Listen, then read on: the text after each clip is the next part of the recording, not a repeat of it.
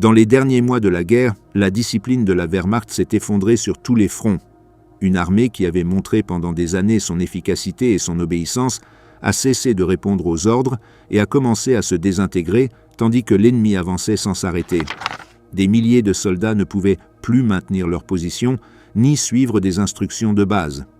Le système militaire allemand s'est retrouvé sans nourriture, sans munitions et sans carburant. Les ordres arrivaient en retard ou étaient impossibles à exécuter. Les unités étaient épuisées, isolées et sans chaîne de commandement fonctionnelle. Les exécutions internes n'intimidaient plus des troupes qui savaient que la guerre était perdue. Les retraits se sont multipliés, les redditions spontanées ont augmenté et la structure de l'armée s'est effondrée avant la défaite finale. Pourquoi une armée considérée comme disciplinée a-t-elle perdu le contrôle si rapidement? Quels facteurs ont détruit sa capacité d'obéissance? Comment la désintégration totale s'est-elle produite en si peu de temps? Épuisement total, l'usure qui a brisé l'armée. L'effondrement disciplinaire de la Wehrmacht dans les derniers mois de la guerre ne peut être compris sans analyser le degré extrême d'épuisement physique et psychologique auquel étaient soumis les soldats allemands.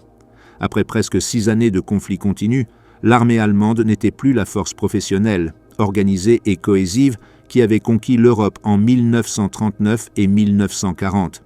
Pour 1945, chaque niveau de la structure militaire était érodé par la fatigue, la perte constante de personnel expérimenté et l'impossibilité de reprendre l'initiative sur aucun front. Cet épuisement accumulé fut un facteur direct et décisif dans l'effondrement final de la discipline.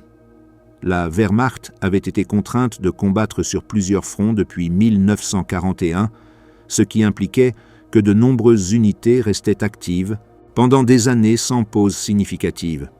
La pratique de rotation, essentielle pour maintenir l'efficacité et le moral, devint presque inexistante. Des divisions entières se déplaçaient d'un secteur critique à un autre sans recevoir de renforts adéquats ni de période de récupération. Même lorsqu'elles étaient partiellement retirées du front, elles demeuraient souvent dans des zones de combat où elles continuaient d'être exposées à des bombardements, à des harcèlements ou à des embuscades. Le concept même de repos cessa d'exister pour des milliers de soldats qui vivaient dans un état constant de tension. Les unités opéraient sous une pression continue qui ne permettait ni récupération ni réorganisation efficace. La détérioration physique se manifestait de multiples façons. La faim chronique s'est répandue parmi les troupes à mesure que le système logistique s'effondrait.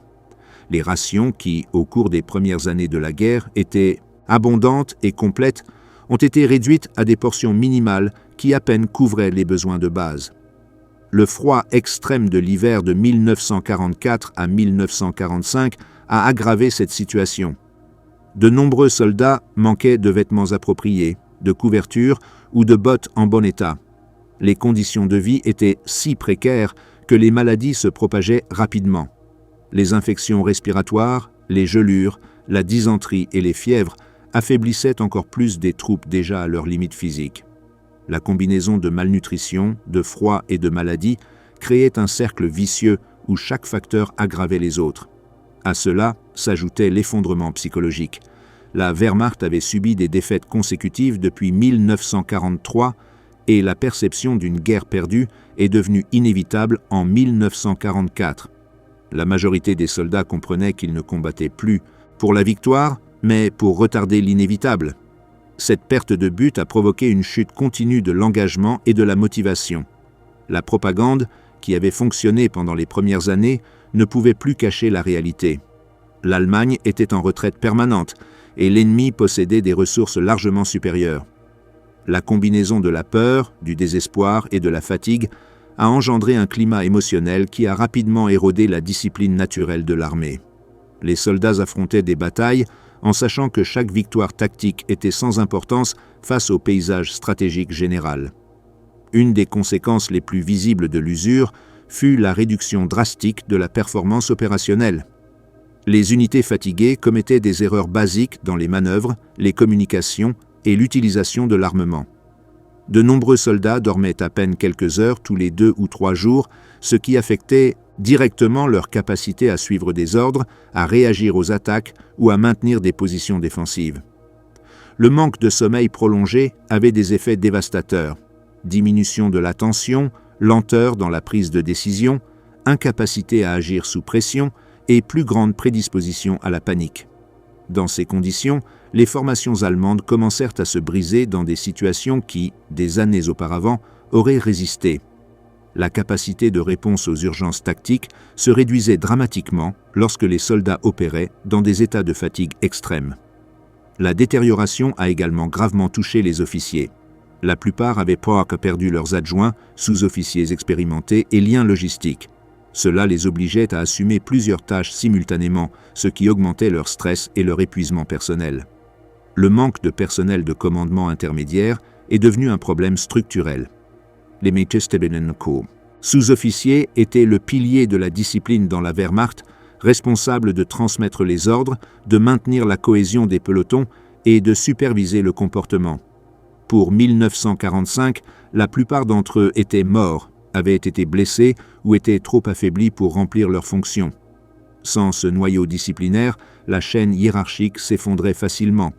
Les officiers supérieurs découvraient que leurs ordres n'étaient pas exécutés non pas par rébellion, mais par absence de la structure intermédiaire qui garantissait traditionnellement leur exécution. La perte de soldats vétérans a également été déterminante. En 1941, la Wehrmacht pouvait s'appuyer sur une masse de combattants expérimentés possédant des compétences techniques, une connaissance tactique et une discipline intériorisée par des années d'entraînement. Mais les campagnes de l'Est, les opérations en Italie et l'offensive, alliées en Normandie, ont causé un énorme épuisement parmi les soldats les plus qualifiés. À la fin de 1944, la majorité des vétérans avaient été remplacés par de jeunes recrues sans formation adéquate ou par des hommes plus âgés qui avaient été appelés tardivement au service. Ces nouveaux soldats n'avaient pas la préparation mentale ni l'entraînement exhaustif qui caractérisait la Wehrmacht des premières années. Ce manque d'expérience a accéléré la perte de cohésion dans les combats. Les vétérans n'apportaient pas seulement des compétences techniques, mais également la capacité de garder son calme sous le feu et de transmettre cette stabilité au reste de l'unité. La situation est devenue particulièrement évidente pendant les retraits. La Wehrmacht avait été formée pour mener des opérations offensives rapides et décisives. Cependant, le recul constant depuis 1943 a placé les soldats dans des situations pour lesquelles ils n'étaient pas préparés. Le retrait est, par nature, une opération qui nécessite une grande discipline, une coordination et un calme sous pression. Mais la plupart des unités allemandes se retiraient épuisées, affamées, mal armées et poursuivies par un ennemi numériquement supérieur. Dans ces conditions, il était presque impossible de maintenir la cohésion. De nombreux retraits se transformaient en fuites désorganisées qui alimentaient le sentiment d'un effondrement général. La perte de terrain s'accélérait lorsque les unités perdaient le contact entre elles et commençaient à agir de manière indépendante. Avec l'avancée alliée sur deux fronts, les retraits devenaient de plus en plus rapides, de plus en plus improvisés et de plus en plus chaotiques. Des soldats qui avaient passé des semaines sans repos arrivaient à leur nouvelle position incapables de mettre en place des défenses adéquates. Les commandements locaux faisaient face à des troupes épuisées qui ne pouvaient pas suivre des ordres prolongés. Dans plusieurs rapports internes de l'armée allemande, des situations étaient décrites où les soldats dormaient au milieu du feu ennemi ou refusaient d'abandonner des refuges improvisés parce qu'ils ne pouvaient tout simplement pas continuer. Ces comportements, parfois interprétés comme de l'insubordination, étaient en réalité des manifestations extrêmes d'effondrement physiologique.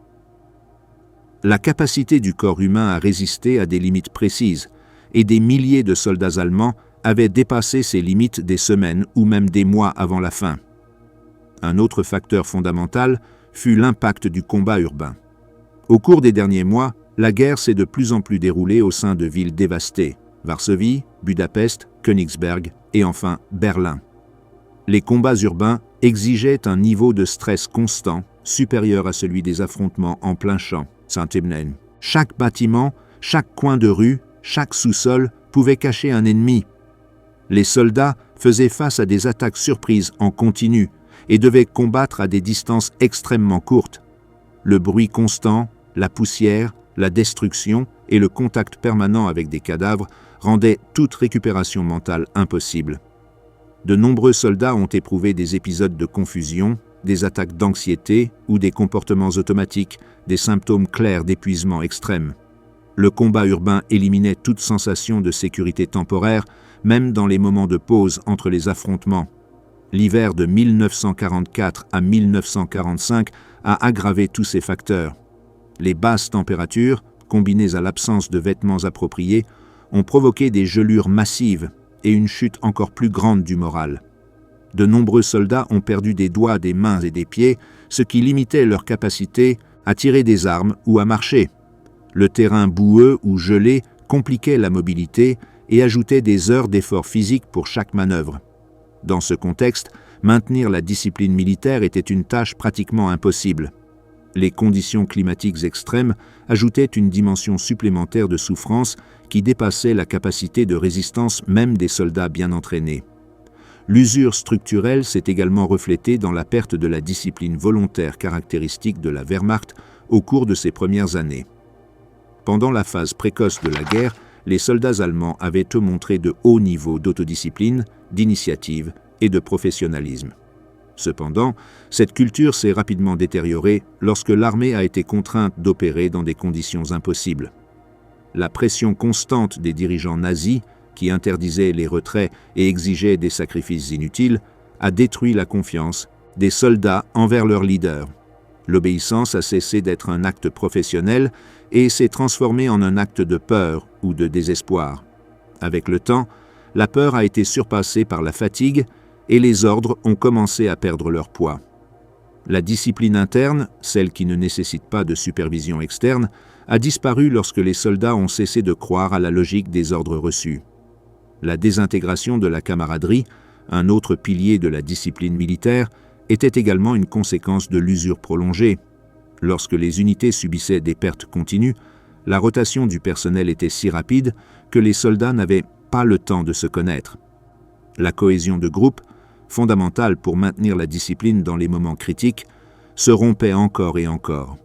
Des unités qui avaient combattu ensemble pendant des années disparaissaient et étaient remplacées par des groupes improvisés sans histoire commune. De plus, de Napachwesem, l'effondrement logistique signifiait que les soldats ne pouvaient pas partager de la nourriture, un abri ou du matériel comme au cours des premières années.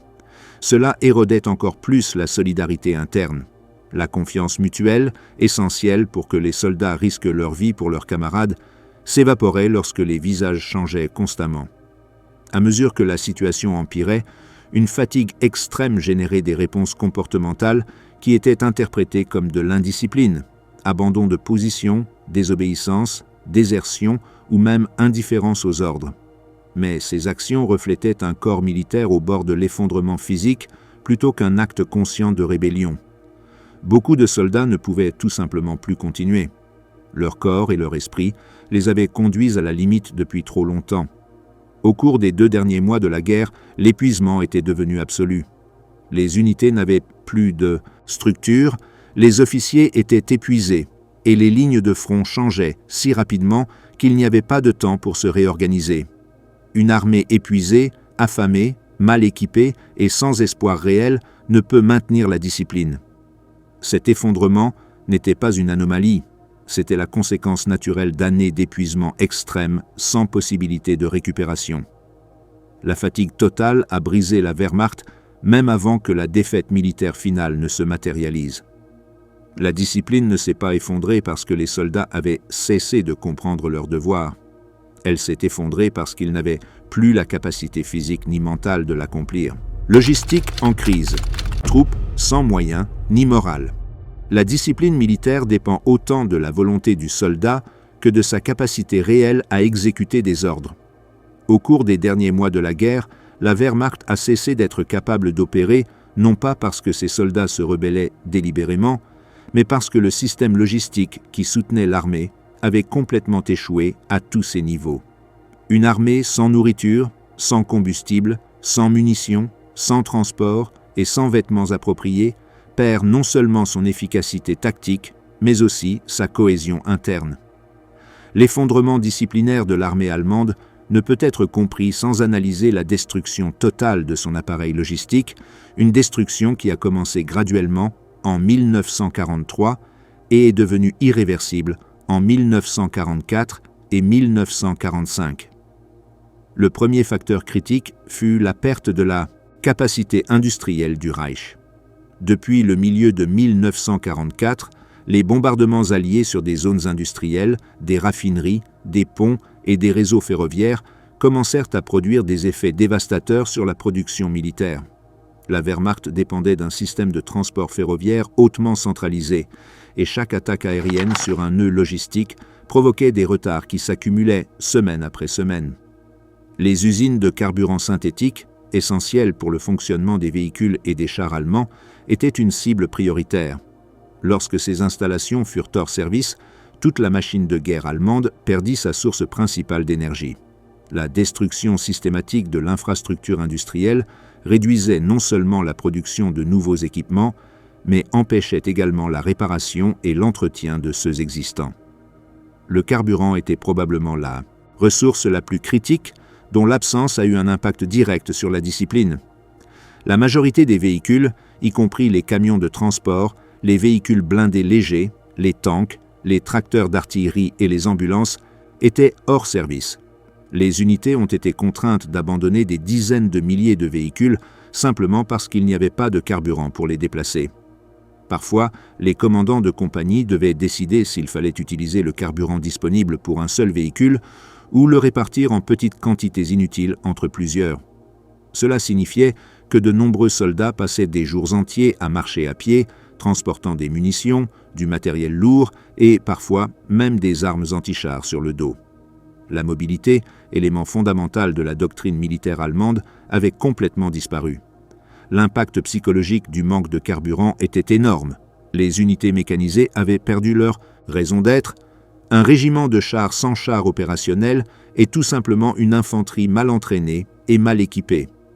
Les équipages de véhicules blindés, formés pendant des années pour opérer des machines avancées, se retrouvaient à traîner des canons, à charger des caisses de munitions ou à creuser des tranchées. Cette perte d'identité militaire, couplée à l'inutilité de leur entraînement spécialisé, érodait rapidement le moral. Les soldats qui avaient été formés pour des rôles spécifiques découvraient que leurs compétences n'avaient plus d'application pratique dans une armée paralysée. L'effondrement logistique a également eu un impact crucial sur l'approvisionnement en munitions. En 1941, la Wehrmacht pouvait lancer des offensives avec des milliers de tonnes de projectiles et de cartouches garanties pour des semaines. Mais en 1945, les soldats recevaient des quantités minimales de d'eau, munitions insuffisantes même pour soutenir des combats défensifs. Dans de nombreux secteurs, les soldats avaient des ordres explicites de ne pas tirer avant de pouvoir voir l'ennemi à courte distance.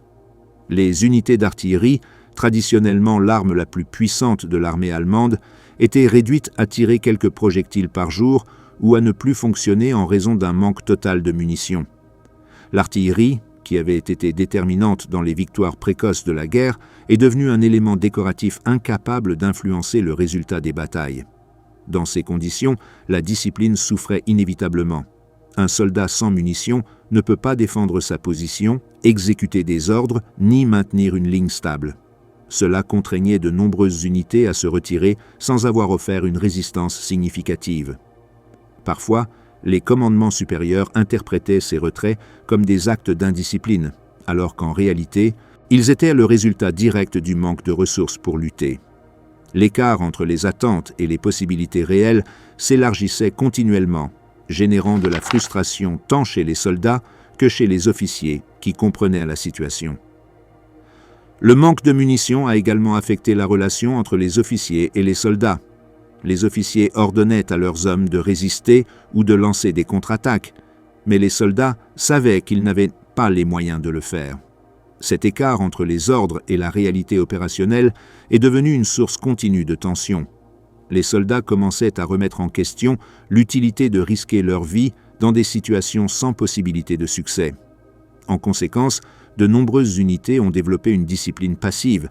Elles obéissaient en apparence, mais agissaient lentement, avec réticence, ou ignoraient directement des ordres inviolables. Cette forme de résistance n'était pas une rébellion ouverte, mais une adaptation à des circonstances impossibles. Un autre élément fondamental de l'effondrement logistique fut la pénurie de nourriture. À la fin de la guerre, la Wehrmacht ne pouvait garantir 3 repas par jour à la majorité de ses troupes. Parfois, les soldats ne recevaient que du pain dur et de la soupe aqueuse. La faim chronique provoquait une faiblesse physique, de l'irritabilité, une perte de concentration et une augmentation des maladies. L'estomac vide est l'un des facteurs les plus corrosifs pour la discipline militaire. Les soldats qui passent des jours sans nourriture suffisante deviennent plus enclins à abandonner leur position pour chercher de la nourriture, à ignorer les ordres ou même à se livrer au pillage. Le besoin fondamental de survie l'emportait sur tout sens du devoir lorsque la faim devenait insupportable. Dans certaines zones, notamment en Prusse orientale et en Silésie, l'avancée soviétique a généré des vagues de réfugiés qui rivalisaient directement avec les soldats pour les ressources disponibles. Ce mélange de civils affamés et de troupes affaiblies créait un environnement chaotique où la discipline traditionnelle était pratiquement impossible à maintenir. La faim est devenue une force plus déterminante que n'importe quel ordre. Les soldats voyaient comment les civils pillaient des dépôts ou des entrepôts avant que les troupes ne puissent y accéder, ce qui générait ressentiment et sentiment d'abandon de la part de l'État. L'effondrement logistique a également affecté l'habillement et l'équipement de base. Les soldats allemands de l'hiver de 1944 à 1945 manquaient de bottes appropriées, de manteaux épais, de gants et de couvertures. Beaucoup combattent avec des uniformes usés qui ne les protègent pas contre le froid extrême. Le manque de chaussures adéquates a entraîné une augmentation alarmante des cas de pieds de tranchées, de gelures et de blessures qui rendaient les soldats incapables de combattre. Lorsqu'une unité est composée d'hommes ayant des blessures, des maladies ou des souffrances dues au manque d'équipement de base, la discipline se détériore inévitablement. L'impuissance physique nourrit le désespoir et affaiblit le sens de l'obéissance. Le transport était un autre aspect qui a subi une destruction totale. L'armée allemande avait traditionnellement dépendu d'une combinaison de véhicules motorisés et de transport par chevaux. En 1945, les deux systèmes étaient paralysés. Les chevaux avaient été sacrifiés par manque de nourriture et les véhicules ne pouvaient pas fonctionner sans carburant. En conséquence, la tâche de transporter des armements, des munitions et des fournitures incombait aux soldats eux-mêmes. Ce fardeau supplémentaire augmentait l'épuisement physique et compliquait la capacité de réponse face aux attaques inattendues. Les marches forcées avec des équipements lourds réduisaient drastiquement la capacité combative des unités, même avant d'entrer en contact avec l'ennemi. L'effondrement des communications a achevé la ruine logistique. Les téléphones de campagne ne pouvaient pas être installés dans des zones où les lignes étaient détruites. Les radios étaient rares, souffraient d'interférences et n'avaient pas suffisamment de batterie. Cela signifiait que les ordres arrivaient en retard, incomplets ou n'arrivaient pas. Le manque de communication augmente l'indiscipline car les unités ne savent pas ce qu'elles doivent faire, où elles doivent être ou quelle est la situation générale. Sans information, les officiers ne peuvent pas planifier de manœuvres et les soldats agissent par intuition ou instinct de survie. La fragmentation opérationnelle qui en résultait transformait l'armée en une collection d'unités isolées, sans coordination ni objectif commun. Un autre, un As-a-am, facteur décisif, a été l'interruption des lignes ferroviaires. L'Allemagne dépendait du chemin de fer plus que toute autre puissance de l'époque. Lorsque des ponts, des stations et des voies ont été détruits, le réseau s'est effondré. Il n'y avait aucun moyen de déplacer de grandes quantités de matériel ou de troupes rapidement. Chaque division qui se retirait le faisait à pied, portant ce qu'elle pouvait.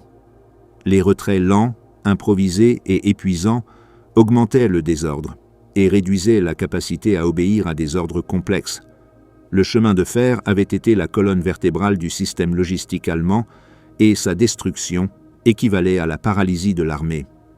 La destruction des dépôts de fournitures a eu un impact tout aussi dévastateur. De nombreux dépôts importants se sont retrouvés sur un territoire capturé par les Alliés ou ont été évacués à la hâte, ce qui a entraîné la perte d'énormes quantités de matériel. Les troupes d'Ondim, opérant à l'Est, se retrouvaient avec ce qu'elles portaient sur elles ou avec ce qu'elles pouvaient trouver dans des positions abandonnées. Parfois, les soldats devaient utiliser des armes capturées sans munitions compatibles ou improviser des outils pour réparer du matériel. Ce manque d'uniformité contribuait au chaos et à la sensation que l'organisation militaire avait cessé d'exister. L'effondrement logistique a également affecté le système médical. Les hôpitaux de campagne étaient saturés, manquant de médicaments, de bandages et de personnel. Les blessés qui, dans les années précédentes, auraient été évacués rapidement, restaient maintenant des jours sur le terrain sans soins appropriés. Beaucoup mouraient d'infections ou de chocs. Les soldats savaient que, s'ils étaient blessés, leur chance de recevoir un traitement était minime. Cette perception affaiblissait la volonté de continuer à se battre. Un soldat qui croit qu'il va mourir sans être soigné a moins d'incitation à s'exposer au danger ou à obéir à des ordres risqués. La combinaison de ces facteurs a créé un environnement dans lequel l'effondrement disciplinaire était inévitable. L'armée n'était pas indisciplinée par manque de volonté, elle était indisciplinée parce qu'elle n'avait plus de structure fonctionnelle. Lorsque les soldats se trouvaient en positions avancées sans nourriture, sans munitions et sans espoir de renfort, abandonner le poste cessait d'être une insubordination et devenait une question de survie basique. Dans de nombreux cas, les officiers comprenaient cette réalité et cessaient d'essayer d'appliquer des ordres impossibles. Au fur et à mesure que les fronts s'effondraient et que les commandements locaux perdirent le contrôle, la discipline militaire traditionnelle se dissolvait à tous les niveaux. Les unités ont cessé d'opérer comme des formations cohérentes et ont commencé à se fragmenter en petits groupes agissant de leur propre initiative. Cette fragmentation augmentait le chaos logistique, générant un cercle vicieux. Moins de ressources impliquait moins de discipline, et moins de discipline impliquait moins de capacité à distribuer les ressources qui restaient encore. L'état final de la logistique allemande a transformé la Wehrmacht en une force épuisée, mal équipée, affamée et sans direction claire. La discipline militaire, qui dépend tant de la structure que de l'esprit, n'a pas pu survivre à un système qui ne pouvait plus l'alimenter, l'armer, l'habiller, ni lui communiquer des ordres. La désintégration logistique était le cœur de l'effondrement disciplinaire. Sans moyens, il n'y a pas d'obéissance, sans ressources, il n'y a pas de cohésion, et sans espoir, il n'y a pas de discipline. Commandes cassées, ordres impossibles et chaos dans la chaîne de contrôle. Hitler dirigeait la guerre depuis le bunker de Berlin comme s'il jouait avec des cartes obsolètes. Les divisions qu'il déplaçait sur les plans n'existaient plus. Les contre-attaques qu'il ordonnait dépendaient de ressources qui n'arrivaient jamais. Les positions qu'il exigeait de défendre avaient été dépassées des jours auparavant. Ce décalage entre la réalité du front et les décisions prises dans la capitale a détruit la structure de commandement de la Wehrmacht plus rapidement que n'importe quelle offensive ennemie. Lorsque le centre d'autorité émet systématiquement des ordres irréalisables, les niveaux inférieurs perdent leur capacité de réponse. La chaîne se rompt non par désobéissance, mais par impossibilité pratique. La doctrine militaire allemande avait été construite sur le principe de Auftragstaktik, mission tactique. Les officiers recevaient des objectifs généraux et avaient la liberté de décider comment les atteindre. Ce système avait permis des victoires rapides en Pologne et en France, mais pour 1945, Hitler avait centralisé chaque décision. Les généraux ne pouvaient pas reculer 1 kilomètre sans autorisation. Les commandants de corps devaient attendre approbation pour déplacer des réserves. Les capitaines faisaient face à des conseils de guerre s'ils abandonnaient des villages sans valeur stratégique. La rigidité avait remplacé la flexibilité. Une armée qui avait conquis l'Europe par une initiative décentralisée opérait maintenant comme une bureaucratie paralysée. Les ordres arrivaient en retard ou n'arrivaient jamais. Les lignes téléphoniques étaient coupées. Les radios tombaient en panne par manque de batterie ou à cause d'interférences constantes. Les messagers mouraient en chemin ou se perdaient dans le chaos des retraites. Quand une ordre atteignait enfin une unité, la situation tactique avait déjà complètement changé. Un bataillon recevait des instructions pour défendre un pont que l'ennemi avait franchi 3 jours auparavant. Une compagnie était redirigée vers une position qu'elle ne contrôlait plus. Cet écart temporel entre décision et exécution rendait l'obéissance aussi absurde que la désobéissance. La multiplicité des structures de commandement aggravait le problème. La Wehrmacht répondait au haut commandement de l'armée. Les Waffen-SS obéissaient à Himmler. Le Volkssturm dépendait du parti nazi. Chaque organisation avait des priorités différentes. Dans certains secteurs, 3 commandants différents revendiquaient l'autorité sur le même territoire. Un officier de la Wehrmacht ordonnait le retrait, tandis qu'un commissaire des SS menaçait d'exécuter quiconque bougerait. Les soldats ne savaient à qui obéir. Cette fragmentation détruisait la notion même de hiérarchie militaire. Hitler se méfiait de ses généraux professionnels. Après l'attentat de juillet 1944, la purge a touché des centaines d'officiers. Les commandants compétents ont été remplacés par des individus loyaux mais inexpérimentés. Des officiers qui avaient dirigé des divisions pendant des années ont été destitués pour avoir suggéré des retraits tactiques. À leur place, des fanatiques sans préparation militaire adéquate étaient promus. Les soldats ont perdu confiance en leurs supérieurs lorsqu'ils ont vu que la loyauté politique importait plus que la compétence professionnelle. Les sous-officiers, traditionnellement le maillon critique entre les officiers et les troupes, avaient été décimés. Ces hommes connaissaient leurs soldats par leur nom, comprenaient leurs limites et savaient comment maintenir la cohésion sous le feu. Mais 5 années de guerre les avaient presque complètement éliminés. Les remplaçants manquaient d'expérience et d'autorité naturelle. 1. Jeune sergent ne peut pas contrôler une escouade en combat de la même manière qu'un vétéran. Sans ces leaders intermédiaires, les ordres des officiers restaient dans le vide. Personne ne les transmettait efficacement. Personne ne les faisait respecter. Les interdictions de retrait ont créé des situations insoutenables. Hitler exigeait que chaque position soit défendue jusqu'à l'anéantissement total. Des divisions entières étaient encerclées sur ordre direct. Les soldats piégés savaient qu'ils mourraient inutilement. Certains commandants désobéissaient en secret et retiraient leurs hommes pendant la nuit. D'autres obéissaient et perdaient des unités entières.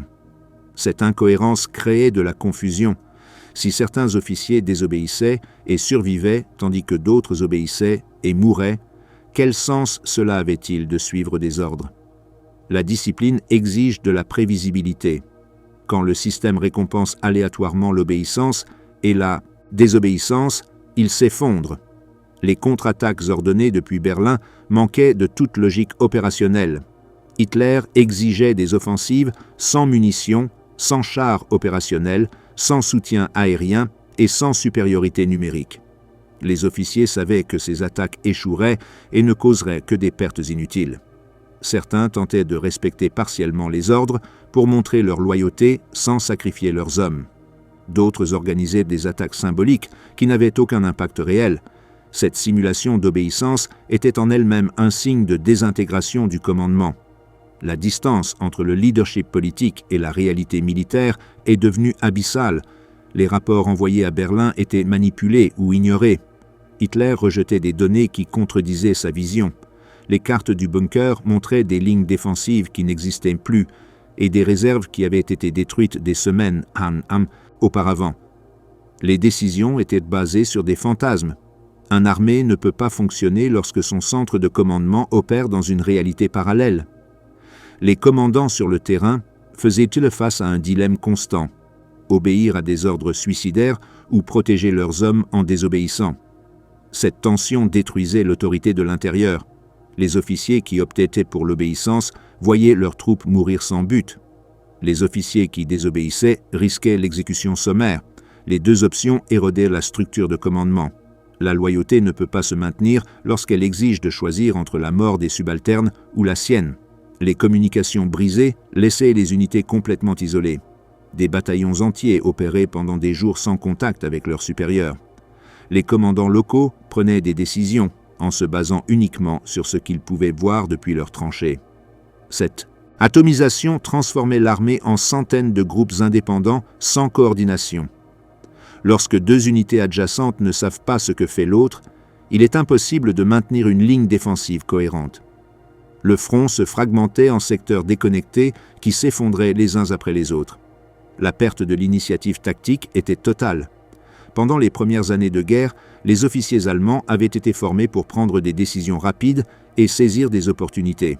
Mais en 1945, toute action nécessitait l'approbation de niveaux supérieurs inaccessibles. Cette paralysie décisionnelle signifiait que les unités réagissaient trop tard ou ne réagissaient pas. Un peloton voyait une brèche dans les lignes ennemies, mais ne pouvait pas l'exploiter sans permission. Une compagnie détectait un flanc faible, mais devait attendre des ordres. Au moment où l'autorisation arrivait, l'opportunité avait disparu. Les Aussesätzen, jeunes officiers, manquaient du bon sens nécessaire pour opérer dans des conditions extrêmes. La Wehrmacht avait perdu une génération entière de leaders expérimentés. Les lieutenants fraîchement diplômés dirigeaient des bataillons. Les capitaines inexpérimentés commandement des régiments. Ces hommes n'avaient pas la capacité d'évaluer des situations complexes, d'improviser des solutions ou de maintenir le moral sous pression. Leurs erreurs s'accumulaient rapidement et leurs troupes perdaient confiance en eux. Une armée dirigée par des officiers sans expérience est une armée sans boussole. Les ordres contradictoires étaient fréquents. Une unité recevait des instructions d'avancer le matin et de reculer l'après-midi. Un régiment était transféré dans un secteur puis renvoyé à l'original sans explication. Cette incohérence détruisait tout sens du but. Les soldats cessaient de prendre les ordres au sérieux car ils savaient qu'ils seraient modifiés ou annulés des heures plus tard. L'obéissance militaire exige que les ordres aient une cohérence interne. Lorsque cette cohérence disparaît, la disposition à les respecter disparaît également. La terreur intérieure ne restaurait pas non plus l'autorité. Les exécutions d'officiers défaitistes augmentaient seulement la peur, mais n'amélioraient pas la performance. Les commandants ont appris à mentir dans leurs rapports, à exagérer les succès et à minimiser les échecs pour éviter les punitions. Cette culture du mensonge empêchait le commandement supérieur de recevoir des informations précises. Les décisions étaient basées sur des données inventées. Le résultat était un cercle vicieux où la désinformation générait des ordres irréels qui généraient plus de désinformation. La chaîne de commandement a cessé d'exister en tant que structure fonctionnelle des semaines avant la fin. Les généraux avaient fui ou avaient été capturés. Les colonels étaient morts ou dispersés. Les capitaines ne savaient pas où se trouvaient leurs supérieurs. Les sergents agissaient sans supervision. Dans ce vide d'autorité, chaque soldat prenait des décisions individuelles. Certains continuaient à se battre par inertie, d'autres se rendaient, d'autres simplement marchaient vers l'ouest en espérant trouver les alliés occidentaux. La désintégration du commandement n'a pas produit de rébellion organisée, elle a produit une fragmentation totale. Quand personne ne sait qui donne des ordres ni à qui obéir, l'armée cesse d'être une armée. Terreur interne, une discipline fondée sur la peur sans efficacité réelle. La Feldgendarmerie patrouillait les routes avec des chaînes suspendues au cou. Ces policiers militaires avaient le pouvoir d'arrêter tout soldat se déplaçant vers l'arrière sans document. Les questions étaient brèves. Les réponses devaient être immédiates. Un soldat sans ordre écrit était considéré comme un déserteur. La punition pouvait être exécutée sur place. Des centaines d'hommes ont été pendus à des arbres ou à des poteaux avec des panneaux avertissant « Je suis mort parce que j'étais lâche ». Cette pratique, conçue pour terroriser les troupes et éviter les désertions, révélait le désespoir du régime. Quand une armée doit pendre ses propres soldats pour les maintenir au front, la discipline traditionnelle est déjà morte. La terreur est devenue un outil de contrôle parce que toutes les autres méthodes avaient échoué. La propagande ne convainquait personne. Les promesses de victoire sonnaient ridicules. Les appels au patriotisme manquaient de poids lorsque les soldats voyaient leur ville détruite et leurs familles fuyant. Il ne restait que la peur. Le régime pariait que les soldats craindraient plus l'exécution sommaire que de mourir au combat. Cette logique a fonctionné brièvement dans certains secteurs, mais a échoué lorsque la terreur a cessé de pouvoir être appliquée de façon cohérente. Les tribunaux militaires d'urgence opéraient près du front avec des procédures simplifiées. Un officier des SS ou de la Feldgendarmerie agissait comme juge. Il n'y avait pas de défense. Les témoignages étaient inutiles. L'accusation suffisait. Si un soldat était trouvé en dehors de sa position, cela était considéré comme une désertion.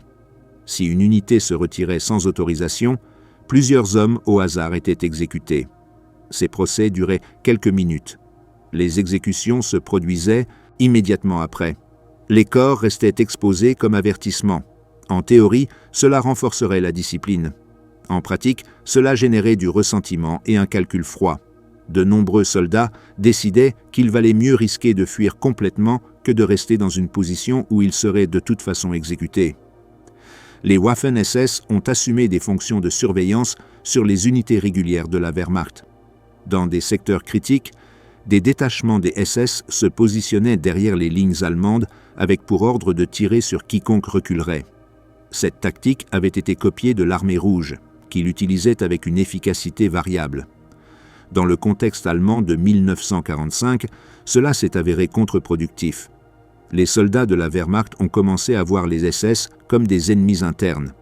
Dans plusieurs cas documentés, des unités entières ont refusé d'obéir aux ordres des officiers des SS ou les ont même désarmés. Lorsqu'une armée est plus préoccupée par les menaces internes que par l'ennemi extérieur, sa cohésion est détruite. La peur ne fonctionnait que tant que la structure répressive était présente. Dans les secteurs où la Feldgendarmerie et les SS maintenaient une surveillance constante, les soldats obéissaient à des ordres impossibles parce que l'alternative était la mort immédiate. Mais cette obéissance était superficielle et temporaire. Dès que la surveillance disparaissait, les troupes abandonnaient massivement leur position. La terreur ne générait ni loyauté ni engagement. Elle produisait seulement de la soumission tant que la menace durait. Au cours des derniers mois, alors que le front s'effondrait si rapidement que les unités répressives ne pouvaient suivre le rythme, la terreur a perdu toute efficacité. Les menaces contre les familles des soldats étaient une autre tactique employée. Les autorités locales recevaient des listes d'hommes accusés de désertion ou de lâcheté. Les familles étaient informées qu'elles perdraient des rations, un logement ou une protection de l'État. Dans certains cas, des membres de la famille étaient arrêtés en représailles. Cette politique visait à créer un système de contrôle social où les soldats obéiraient non seulement par peur personnelle, mais pour protéger leurs proches. Cependant, pour 1945, le système administratif allemand était si désorganisé que ces menaces se matérialisaient rarement. Les soldats le savaient. La peur des représailles contre les familles a perdu de son poids lorsque cela est devenu clair que l'État n'avait plus la capacité d'exécuter ces menaces de manière systématique. Les fusillades publiques se sont intensifiées ces dernières semaines. Les places des villages, les carrefours et les gares sont devenues des scènes d'exécution quotidiennes. Les soldats étaient contraints d'assister à ces actes comme avertissement. Les corps restaient pendus pendant des jours. Les affiches expliquaient le crime, désertion, lâcheté, défaitisme. Mais l'effet psychologique était ambigu. Certains soldats étaient terrorisés et décidaient d'obéir à n'importe quel ordre. D'autres concluaient que mourir au combat ou mourir exécuté étaient des résultats également probables, si bien qu'il valait mieux essayer de s'échapper. La terreur peut inhiber des actions, mais ne peut pas les motiver positivement. La Volkssturm a ajouté une autre couche de complexité au système de terreur. Cette milice populaire, composée d'adolescents et de personnes âgées, était sous le contrôle direct du parti nazi. Beaucoup de ses membres ne souhaitaient pas combattre, mais étaient forcés par la pression sociale et des menaces.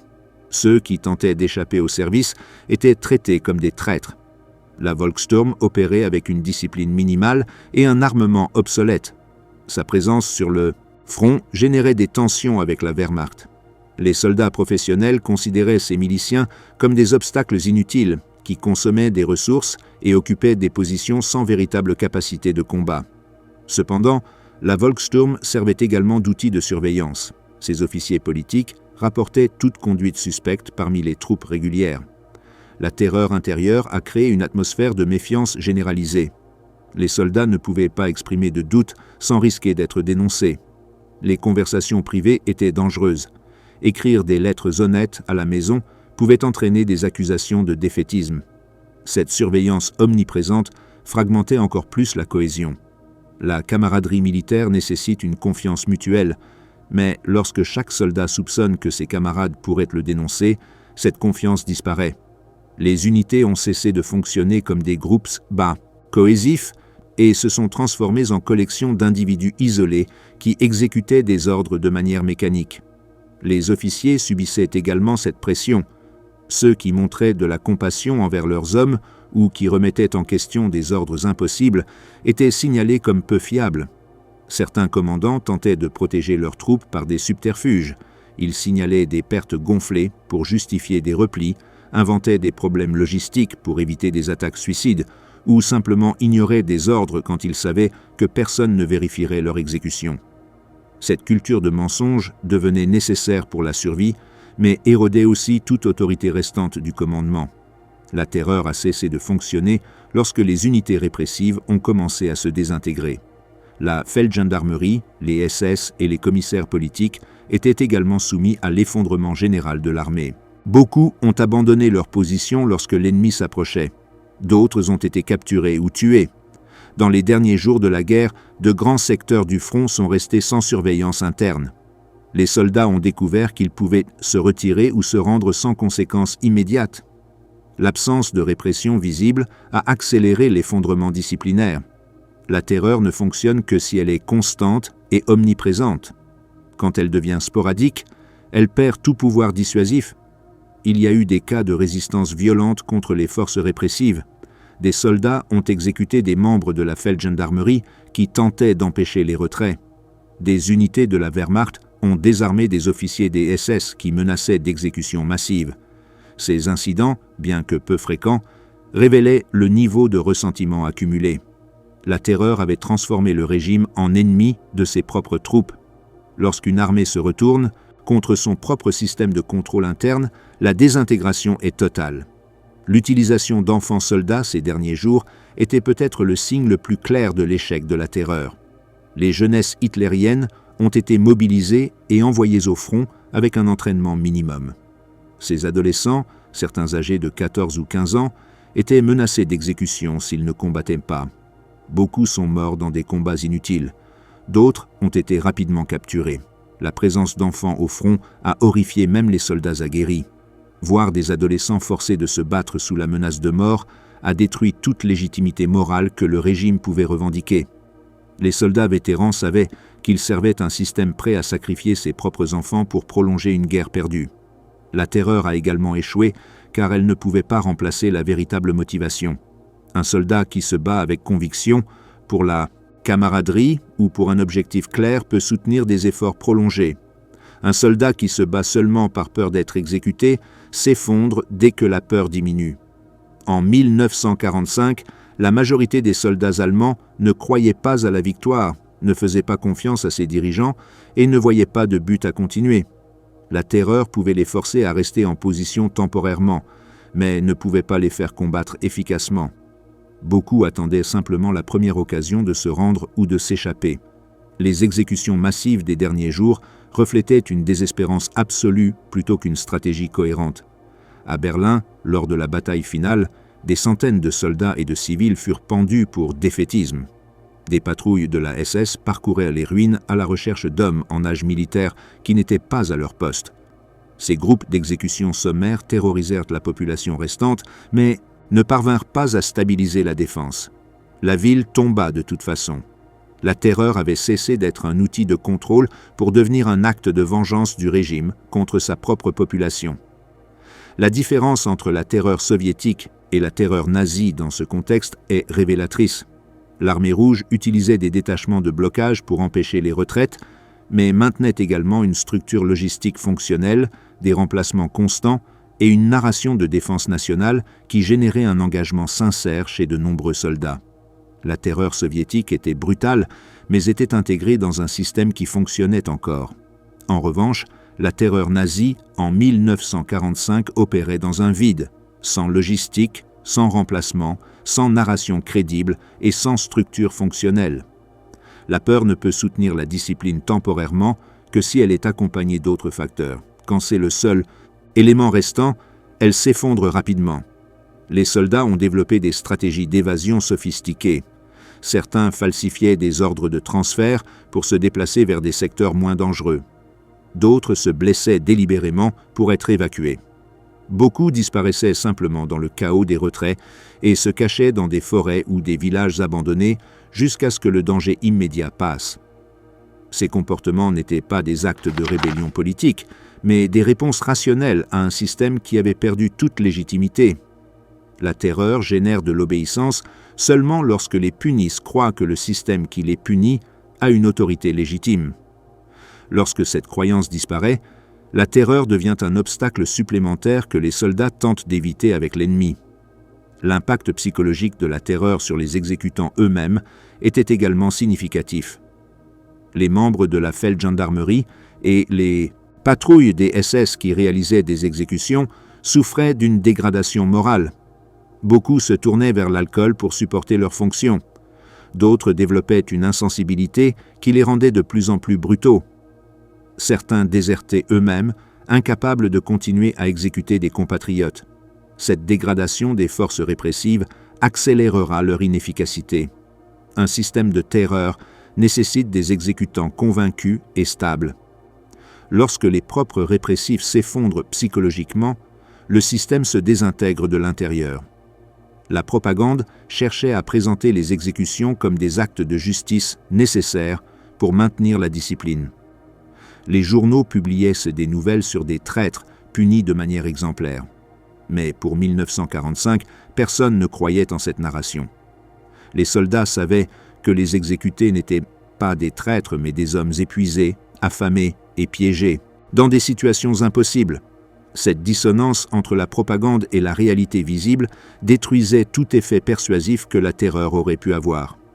Les exécutions publiques, conçues pour intimider, étaient devenues des symboles de l'échec du régime.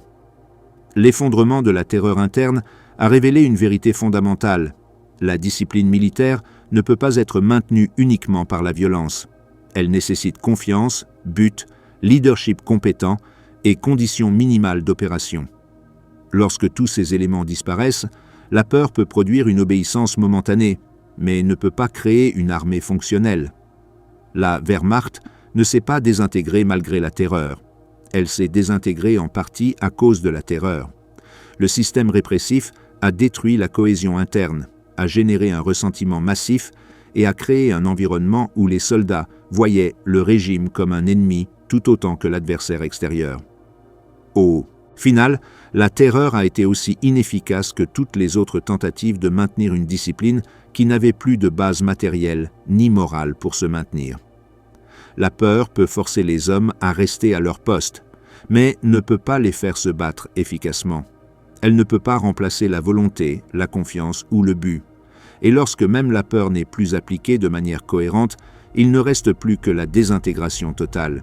Désintégration finale, unités qui ont cessé d'obéir et de combattre. La reddition a commencé comme un goutte à goutte et a fini comme une avalanche. En mars 1945, de petits groupes de soldats allemands se rendaient sporadiquement aux forces alliées. En avril, des unités complètes déposaient les armes sans attendre d'ordre. En mai, des divisions entières se dissolvaient en quelques heures. La désintégration finale de la Wehrmacht n'était pas un événement singulier, mais un processus accéléré où chaque effondrement local alimentait le suivant. Les unités ont cessé de fonctionner comme des organisations militaires et sont devenues des foules d'hommes cherchant à survivre par tous les moyens disponibles. Le front ouest s'est effondré en premier. Les soldats allemands confrontés aux Américains et aux Britanniques savaient que se rendre signifiait des camps de prisonniers relativement civilisés. Les histoires circulaient rapidement. Les alliés occidentaux respectaient la Convention de Genève, fournissaient une nourriture adéquate et traitaient les prisonniers avec une certaine dignité. Cette information transformait le calcul de survie. Beaucoup de soldats décidaient que se rendre était plus rationnel que de continuer à se battre. Les renditions massives dans la Ruhr durant avril ont démontré ce changement. Plus de 300 000 soldats allemands se sont rendus en quelques semaines. Il n'y a pas eu de bataille finale ni de résistance désespérée. Ils ont simplement cessé de se battre. À l'Est, la situation était radicalement différente. Les soldats allemands craignaient l'armée rouge avec raison. Des années de propagande nazie avaient représenté les soviétiques comme des sous-humains vengeurs. Mais au-delà de la propagande, il existait des raisons réelles pour cette peur. La Wehrmacht avait commis des atrocités massives sur le territoire soviétique. Des millions de civils avaient été assassinés, des villes entières détruites et des populations soumises à une brutalité systématique. Les soldats allemands savaient que l'armée rouge n'oublierait pas. Cette conscience générait une terreur qui a initialement retardé les redditions à l'Est, mais même cette peur a finalement été dépassée par le désespoir absolu. Les colonnes de réfugiés compliquaient toute tentative de maintenir des lignes défensives cohérentes. Des millions de civils allemands fuyaient l'avancée soviétique. Des familles entières marchaient vers l'ouest en portant ce qu'elles pouvaient. Les routes étaient bloquées par des charrettes tirées par des chevaux, des véhicules abandonnés et des foules avançant lentement. Les soldats se mêlaient à cette masse humaine. Certains essayaient de protéger leurs familles, d'autres disparaissaient simplement parmi les réfugiés pour éviter d'être identifiés comme militaires. Cette fusion de populations civiles et militaires rendait impossible de distinguer qui restait soldat et qui avait déserté. Les unités perdaient des hommes constamment, non pas à cause du combat, mais à cause de la dissolution silencieuse dans le flux de réfugiés. La destruction des communications a accéléré la fragmentation. Sans radio fonctionnelle ni lignes téléphoniques opérationnelles, les unités restaient complètement isolées. Un bataillon ne savait pas ce que faisait le bataillon voisin. Les commandants de compagnie ne pouvaient pas contacter leurs supérieurs. Cette atomisation signifiait que chaque groupe prenait des décisions indépendantes en se basant uniquement sur sa situation immédiate. Quand une unité se rendait, les unités proches ne le savaient pas jusqu'à ce qu'elles voient des chars ennemis avancer par des flancs qui étaient supposés être défendus. Cet effet domino désintégrait des secteurs entiers du front en quelques heures. Le manque d'informations créait la panique. Les soldats assumaient qu'ils étaient seuls, entourés et sans soutien, ce qui accélérait les décisions de se rendre ou de fuir. Les ordres de résister jusqu'à la fin manquaient de sens pratique. Hitler exigeait que chaque ville se défende comme une forteresse. Chaque rivière devait devenir une ligne infranchissable. Chaque village devait résister jusqu'à l'anéantissement. Mais ces ordres nécessitaient des ressources inexistantes. Défendre une ville nécessite des munitions, de la nourriture, de l'eau et de l'espoir de renfort. Les garnisons allemandes n'avaient aucun de ces éléments. Les soldats piégés dans des villes encerclées comprenaient que mourir là était inutile. Certains commandants ignoraient les ordres et évacuaient leurs hommes pendant la nuit. D'autres essayaient de négocier des redditions locales pour éviter la destruction inutile. Ces actions individuelles accumulées produisaient l'effondrement général. La bataille de Berlin a montré la désintégration sous sa forme la plus extrême. La capitale du Reich se défendait avec un mélange chaotique de soldats professionnels, d'unités des SS, de Volkssturm, de policiers, de pompiers et d'adolescents des jeunesses hitlériennes. Il n'y avait pas de commandement unifié, les ordres étaient contradictoires. Les secteurs se défendaient sans coordination entre eux. Beaucoup de soldats se cachaient simplement dans des sous-sols en attendant que cela se termine. D'autres tentèrent de fuir vers l'ouest en traversant les lignes soviétiques. Les déserteurs étaient massifs, mais invisibles dans le chaos urbain. La ville n'est pas tombée par un assaut décisif, mais par la désintégration progressive de sa défense. Chaque jour, de plus en plus de secteurs cessaient de résister. Chaque nuit, de plus en plus de soldats abandonnaient leur position. L'armée rouge avançait lentement, non pas parce qu'elle rencontrait une résistance féroce, mais parce qu'elle devait nettoyer des bâtiments abandonnés et sécuriser des rues où il n'y avait déjà plus de défenseurs. Les soldats ont développé des stratégies de survie qui n'avaient rien à voir avec la discipline militaire. Certains se déguis, étaient en civil et se mêlaient aux réfugiés. D'autres formaient de petits groupes qui se déplaçaient vers l'ouest en évitant à la fois les Alliés et les patrouilles allemandes. Beaucoup se rendaient simplement à la première occasion. Ces décisions individuelles étaient rationnelles du point de vue de la survie personnelle, mais détruisaient toute structure militaire restante. Une armée composée d'individus tentant de se sauver soi-même n'est pas une armée. La coordination disparaissait, les formations se dissolvaient et les tactiques militaires faisaient place à des décisions improvisées basées sur l'instinct de survie. Les capitulations locales se sont multipliées sans autorisation supérieure. Les commandants de garnisons isolées négociaient avec des forces ennemies pour éviter des batailles inutiles. Ces négociations enfreignaient des ordres directs, mais sauvaient des vies. Les officiers qui prenaient ces décisions risquaient l'exécution pour trahison, mais beaucoup considéraient qu'il valait mieux être jugés par le régime que de condamner leurs hommes à une mort certaine. Cette priorisation de la survie sur l'obéissance a marqué la fin de la discipline traditionnelle. Dans certains cas, des officiers envoyaient des parlementaires avec des drapeaux blancs pour négocier les termes. Dans d'autres, ils ordonnaient simplement à leurs troupes de déposer les armes et d'attendre l'arrivée de l'ennemi. Ces capitulations locales se produisaient sans connaissance ni approbation de tout commandement supérieur, ce qui démontrait la fragmentation totale de l'autorité. La peur des Soviétiques provoquait des comportements contradictoires. Tandis que certains soldats luttaient désespérément pour retarder l'avancée de l'armée rouge, d'autres tentaient d'atteindre les lignes occidentales le plus rapidement possible. Des unités entières abandonnaient le front oriental et marchaient vers l'ouest en espérant se rendre aux Américains ou aux Britanniques. Ce mouvement massif vers l'ouest laissait des secteurs complets sans défense. L'armée rouge avançait des kilomètres sans rencontrer de résistance parce que les troupes allemandes avaient fui des jours auparavant. Cette migration vers l'ouest est devenue un phénomène massif au cours des dernières semaines. Des divisions entières laissaient simplement leur position et marchaient vers l'ouest pendant des jours, évitant les combats et cherchant à atteindre un territoire contrôlé par les alliés occidentaux avant la reddition finale.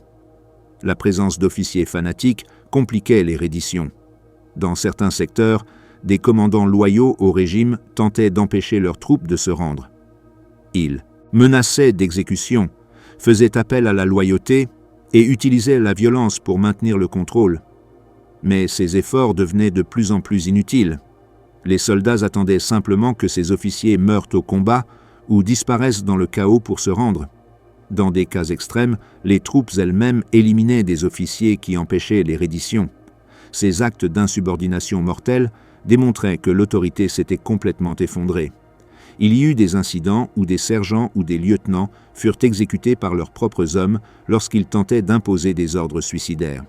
Ces cas, bien que peu documentés, révèlent le niveau de rupture entre commandement et troupes. Les villes fortifiées sont tombées une après l'autre, non par des assauts prolongés, mais par un effondrement interne. Königsberg a résisté des semaines, mais sa garnison était affamée et désespérée. Quand elle a finalement capitulé, des milliers de soldats ont simplement déposé les armes et ont marché vers la captivité. Breslau a résisté jusqu'en mai, mais sa défense était chaotique et désorganisée. La résistance prolongée ne reflétait pas de la discipline, mais l'impossibilité d'échapper.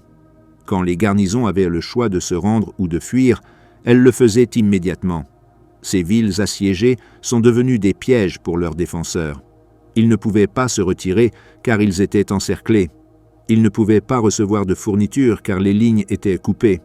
Ils ne pouvaient pas attendre des renforts car ils n'existaient pas. La seule option était d'attendre jusqu'à ce que la faim, le manque de munitions ou l'épuisement total force la reddition. La dissolution des Waffen-SS fut particulièrement significative. Ces unités, considérées comme les plus fanatiques et loyales du régime, s'effondrèrent également.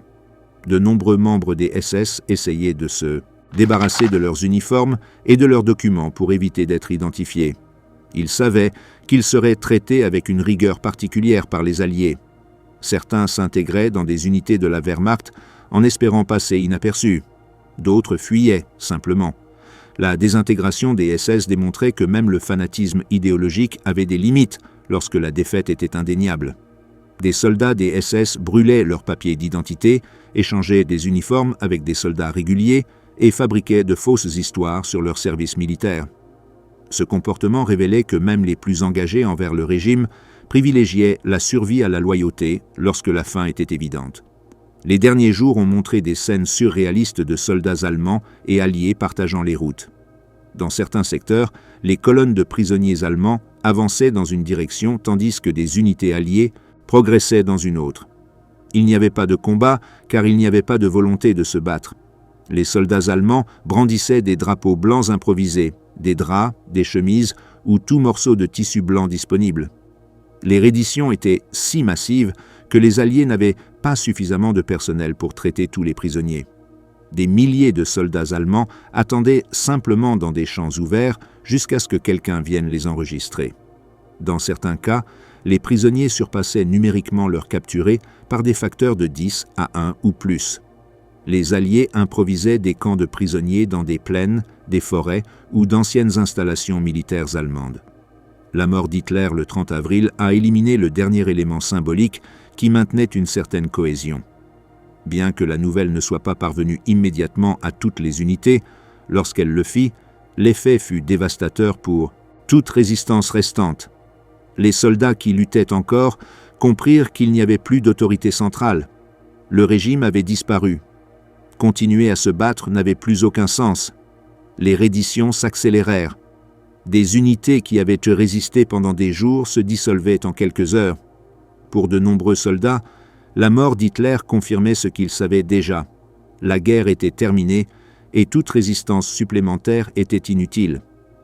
La capitulation inconditionnelle du 8 mai a formalisé un processus qui se développait depuis des semaines. À cette date, la majorité des unités allemandes avaient déjà cessé d'exister en tant que formation militaire. Les soldats étaient dispersés, capturés ou cachés. Les officiers avaient fui, étaient morts ou avaient perdu toute autorité. L'annonce officielle de capitulation a simplement confirmé une réalité que tout le monde connaissait. La guerre était terminée et l'Allemagne avait perdu. Mais, même après le 8 mai, il y avait des poches de résistance qui ont mis des jours à prendre connaissance de la reddition officielle.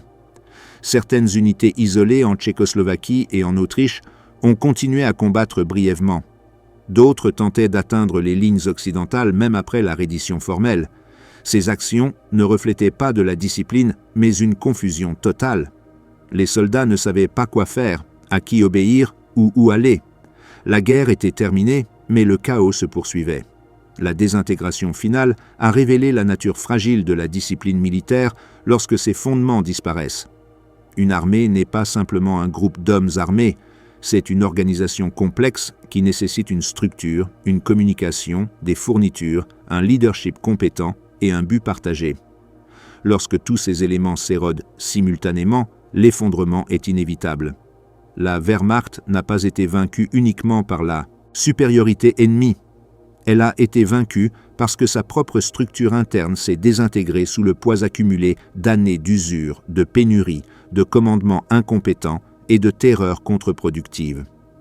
Les soldats allemands qui ont survécu à l'effondrement final n'étaient ni des lâches ni des traîtres. Ils étaient des hommes piégés dans un système qui avait cessé de fonctionner. Leur décision de se rendre, de déserter ou simplement de cesser de combattre étaient des réponses rationnelles à des circonstances impossibles. La discipline militaire ne peut être maintenue lorsque l'armée manque de moyens pour combattre, lorsque le commandement donne des ordres irréalisables, lorsque la terreur interne détruit la cohésion et lorsque tout le monde sait que la guerre est perdue. Dans ces conditions, la désintégration n'est pas un échec moral, mais un résultat inévitable. L'effondrement de la Wehrmacht dans les derniers mois de la Seconde Guerre mondiale était le produit de multiples facteurs convergents. L'usure extrême avait détruit la capacité physique et mentale des soldats. L'effondrement logistique avait éliminé les moyens matériels pour se battre. La rupture du commandement avait créé un chaos organisationnel total. La terreur interne avait détruit la confiance et la cohésion. Et enfin, la perception universelle de défaite inévitable avait éliminé toute motivation pour continuer. Lorsque ces 5 éléments se sont combinés au cours des premiers mois de 1945, la discipline a tout simplement cessé d'exister. Ce qui restait n'était pas une armée, mais une masse d'individus essayant de survivre à la fin d'une guerre qui avait déjà été perdue.